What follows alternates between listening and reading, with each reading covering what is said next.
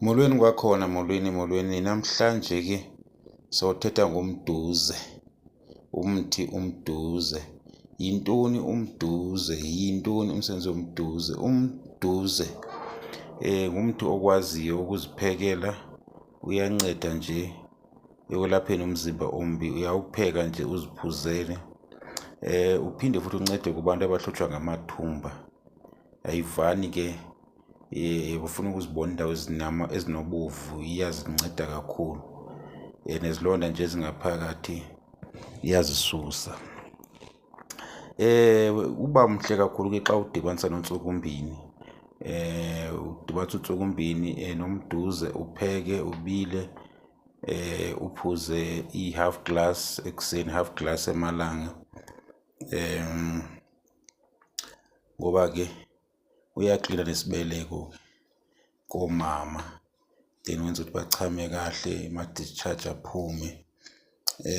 Ngumthi ke ophinde uncede nomhlume. Kodwa ke uma ulapha umhlume ke uyawuthaka. Uthaka kanjena, uthatha isikrenama, ugobho, kube nguntsukumbini.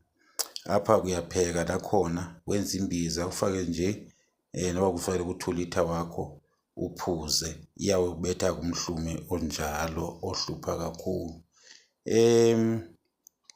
Uyakwazi ke futhi ke ukuthi uma uhlanganisa nompendulo, xa umuntu ophahlayo, xa kwezingxaki zakho ofuna impendulo ezikhawulezayo ngoba siphinde sixakeke, uyakwazi ukunceda uba xa uphahla uwuthake futhi ngohlobo udibanisa nompendulo. Kube masithi kanje, uthatha umduze udibanise nompendulo, umpendulo uwugube weyiphawuda.